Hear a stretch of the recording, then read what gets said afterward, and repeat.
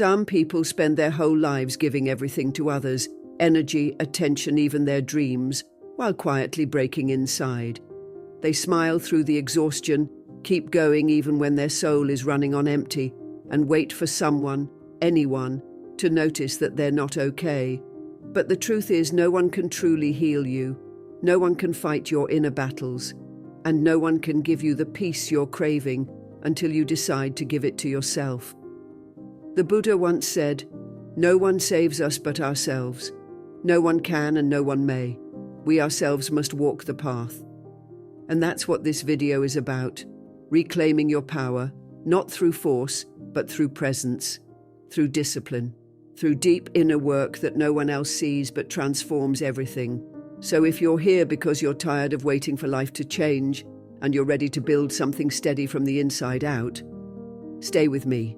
Don't skip a single part of this video, because every chapter is designed to awaken something vital in you. And if what we're creating here speaks to your heart, if you find value in these teachings grounded in Buddhist wisdom and mindfulness, then I ask just one simple favor. Support this journey by tapping that subscribe button. It's free, but it means the world. This path is yours. Let's walk it together.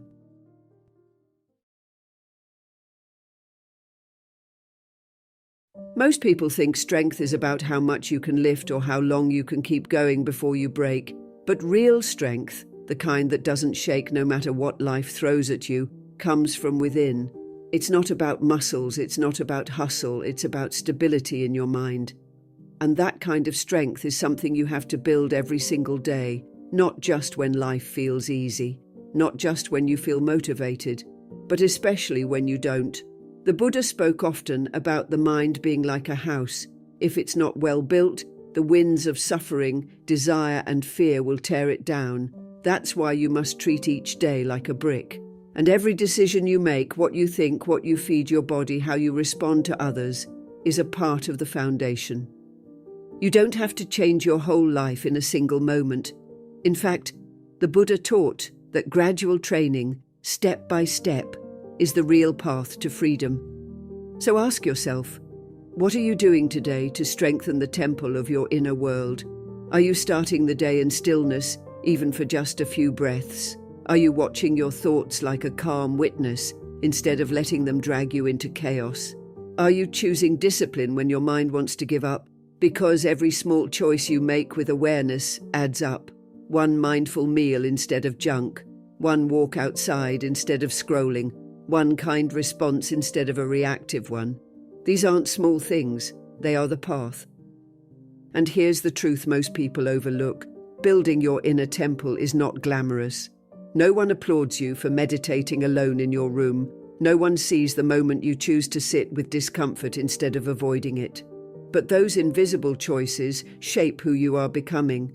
The temple you build inside doesn't need approval from the outside world. It only needs your devotion. That's what the Buddha meant when he said, "Be a lamp unto yourself." You have the power to create light from within, but you have to nurture that flame every day. Your peace, your clarity, your strength, it's not something you find out there. It's something you build in here, moment by moment, with patience, with care, with presence.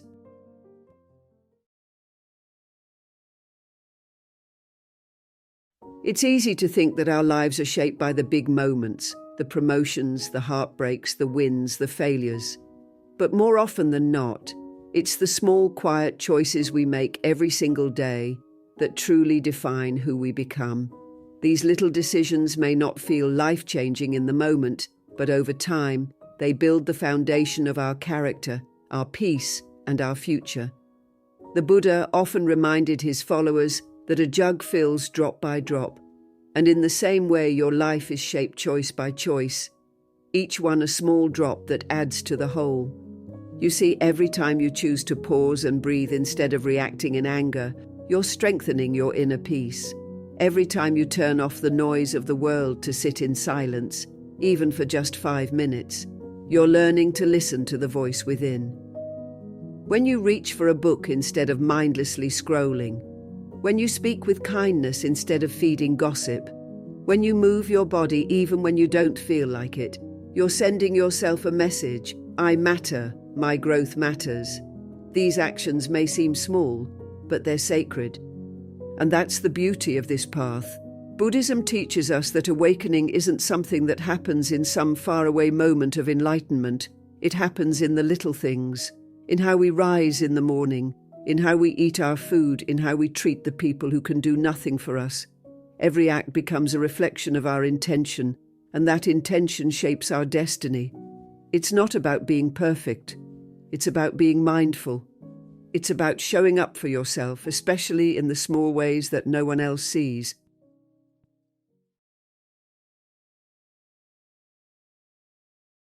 Most people think discipline is about restriction, punishment, or being hard on yourself. They associate it with pressure, control, or forcing something unnatural. But in the Buddhist path, discipline isn't rooted in harshness. It's rooted in compassion. It's not about making yourself suffer. It's about ending suffering at the root. Think about that. The Buddha didn't teach discipline because he wanted followers to live rigid or joyless lives. He taught it because he understood how easily the mind wanders, how quickly we cling to pleasure, and how much suffering that attachment causes. Discipline in this light is the most loving thing you can give yourself. When you consistently choose to meditate, even when you feel restless, that's compassion. When you decide to sit with your thoughts instead of escaping them through distractions, that's compassion. When you make the effort to pause before reacting, to respond from wisdom instead of impulse, that's not being hard on yourself. It's being gentle with the future version of you who deserves peace. Real compassion isn't about giving yourself everything you want in the moment. It's about giving yourself what you'll be grateful for tomorrow. And here's where many people misunderstand. Discipline isn't about denying pleasure. It's about seeing clearly what brings lasting happiness versus temporary escape. The Buddha called this wise effort, a quality on the Eightfold Path.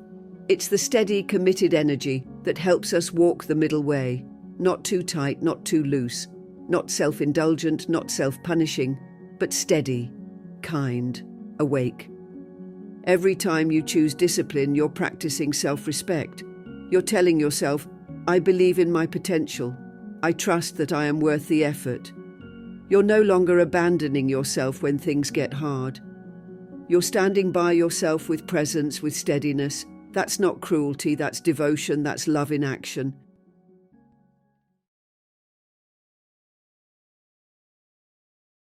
There's a kind of silence that doesn't come from the absence of sound, it comes from the presence of clarity. And in today's world, that kind of silence is rare. Our minds are bombarded with opinions, updates, news feeds, and judgments. Every moment there's something trying to pull us away from ourselves. But if we're always reacting to the noise around us, how can we ever hear the truth within us? The Buddha often taught that our suffering begins when we become entangled in what is fleeting and external. And the noise of the world is exactly that, fleeting, loud, and often meaningless. The deeper your attachment to external chatter, the further you drift from your own center. Sometimes the most powerful thing you can do is pause, not to run from life, but to reclaim it. That means stepping back from distractions and stepping into presence. It means learning to hear your own voice, not the one shaped by fear or the need to please, but the one that quietly knows what matters. You don't have to answer every message, argue every opinion, or prove your worth to anyone. The Buddha didn't engage with every critic or doubt that came his way. He simply sat, breathed, and returned to his center. And from that stillness, truth emerged, not just for himself, but for everyone who followed his path. Clarity isn't something you force, it's what remains when you stop feeding the noise. That's why we meditate, that's why we breathe, that's why we slow down. You don't need more information, you need space to understand what you already know. Think about it. How much of your day is spent reacting to things that don't even matter a week later? How often do you give your energy to people or situations that don't build you, heal you, or reflect who you're becoming? Letting go of noise is not about shutting the world out. It's about choosing what deserves your attention. Not everything does. And when you become intentional, about where your focus goes, peace naturally follows.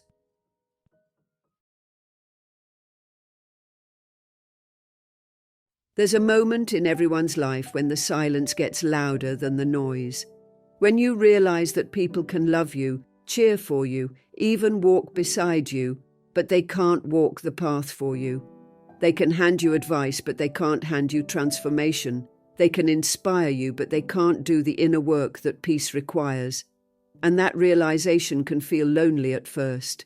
It's the moment where you stop waiting to be carried and begin learning how to stand, even if your legs are shaking. It's not about pushing people away, it's about recognizing the sacred responsibility you have to your own growth. Buddhism teaches that each of us must awaken for ourselves. The Buddha could point the way, but even he couldn't walk it for others. He said, "You must strive." The Buddhas only show the way. That's the heart of this teaching. You have every right to ask for help, to lean on others when needed. But at the end of the day, your liberation is your work. No one can meditate for you. No one can sit with your emotions for you. No one can choose peace when your mind wants to argue with life. That's your choice, your moment, your inner revolution. And here's the powerful truth. You are not powerless. You are not missing anything essential. Everything you need, clarity, courage, stillness, strength, it already lives inside you. The path may be narrow, but it's yours. And walking it teaches you things no one else can teach. Every step you take, even the slow and messy ones, builds a foundation of trust with yourself. You stop looking outside for someone to save you and start realizing you're already capable of saving yourself, not from pain, but from being ruled by it.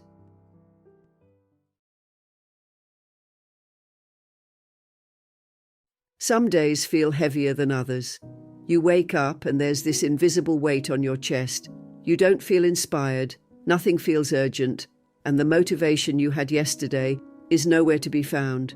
You start questioning everything, your path, your choices, even your ability to keep going. And that's the exact moment where the real work begins. The Buddha taught that true strength is not shown when things are going well, but when the mind stays steady in the face of discomfort. He called this wise effort, putting in the work, not from craving results, but from understanding the path is worth walking, even when it's difficult. The hardest part isn't the discipline, it's the silence.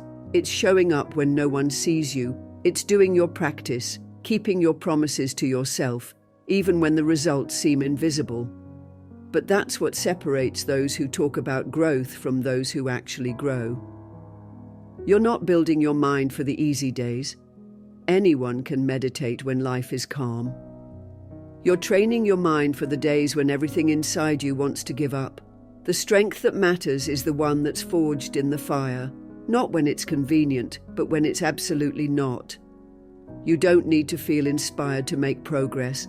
Some of the most powerful moments of growth come when you simply do the next right thing, even if your heart isn't fully in it yet.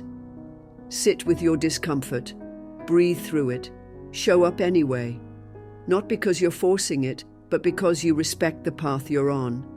The Buddha walked through storms, through inner battles, through the temptations of the mind. And he didn't run. He sat, he breathed, he stayed. That's what we're learning to do too. Every time you push forward when it would be easier to turn back, you're telling your future self, "I'm not going to abandon you." You're showing your mind that it doesn't get to be the master of your decisions. Awareness does. Keep training even when it's hard. That's when it counts the most. That's when the roots grow deep. You don't have to be perfect. You just have to be present. You just have to keep walking. And I promise, if you keep showing up for yourself, your future will show up for you.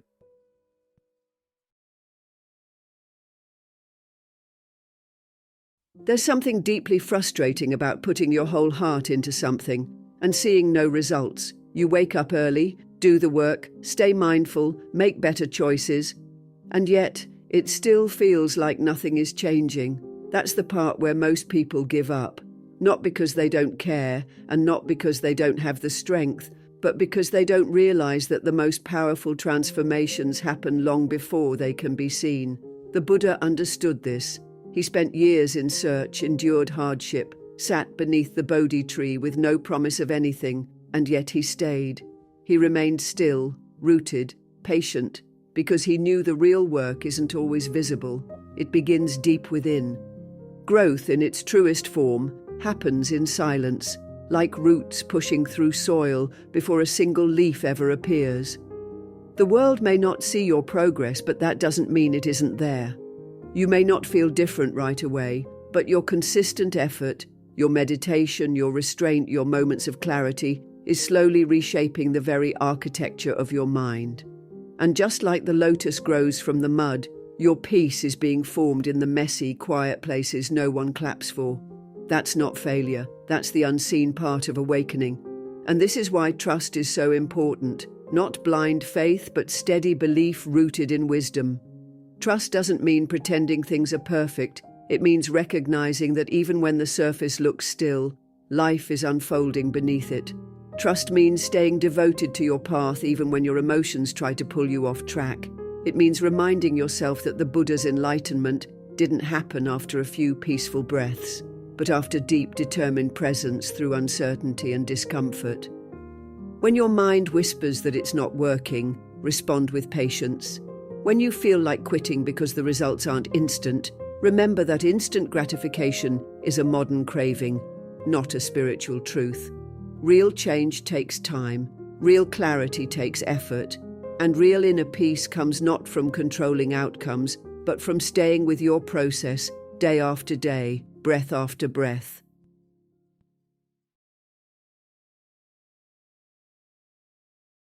There will always be moments when life tries to blur the picture you once saw so clearly. Days when doubt creeps in like fog, and you start questioning whether your dream was ever real to begin with. And that's where most people begin to drift, not because they don't care, not because they're lazy, but because holding on to a vision, especially one that hasn't yet materialized, can feel lonely, even foolish.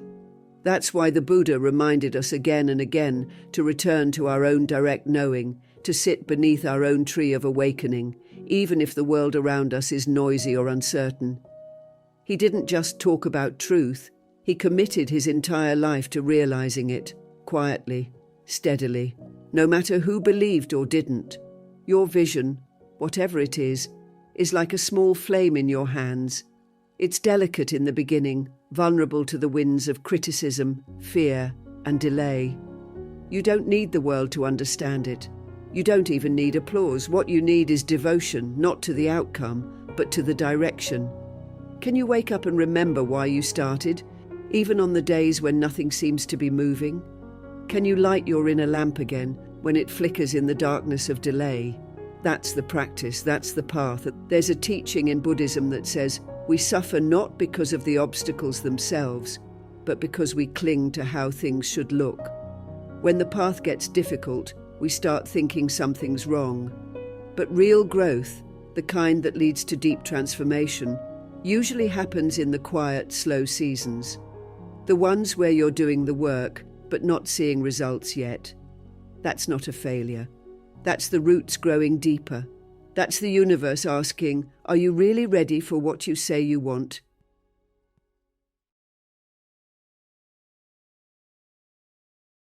There are moments in life when everything feels like it's falling apart. You give your best effort, you stay committed, and yet something breaks. Your plans, your heart, your trust. And in that silence after the fall, it's easy to believe the voice that says, maybe I'm not meant for this. But that voice is not your truth. That's just your pain speaking. Even the Buddha faced deep disillusionment before his awakening. He left behind a palace, sat beneath the Bodhi tree, and faced every fear, every doubt. He wasn't superhuman, he was deeply human. And yet he rose, not because he never stumbled, but because he refused to stay down. Falling is part of the path. It doesn't mean you're broken, and it certainly doesn't mean you've failed. It means you're alive. It means you're trying. And in the teachings of the Buddha, we learn that it's not the fall that defines us, but how we respond to it. Every time you fall and choose to rise again, you're shaping a mind that no hardship can destroy. Think about the moon. It disappears for a while, but no one ever doubts that it will return. And when it does, it glows even brighter against the dark sky. Your journey is just like that. You may vanish from the world for a time, retreat to heal, to grieve, to reflect. That doesn't make you weak, that makes you wise. There will be seasons when you don't feel strong, when your meditation feels empty, when your effort seems invisible. But you must remember, the lotus blooms in the mud, not in clear water. You grow through the discomfort, you rise, not in spite of your pain, but because of it. And just like the moon never rushes its return, you don't have to rush your healing. Rise slowly, rise quietly. But rise. You don't have to announce your comeback, you don't need validation. Your life is not a performance, it's a sacred journey. So when the world gets too heavy, return to your breath. Sit in stillness. Let your suffering become your teacher. Let your fall become your foundation. The strength you build in those silent, unseen moments will shine like moonlight through the darkest night. And when you rise again, you'll know it was not weakness that brought you down, it was the path that brought you home.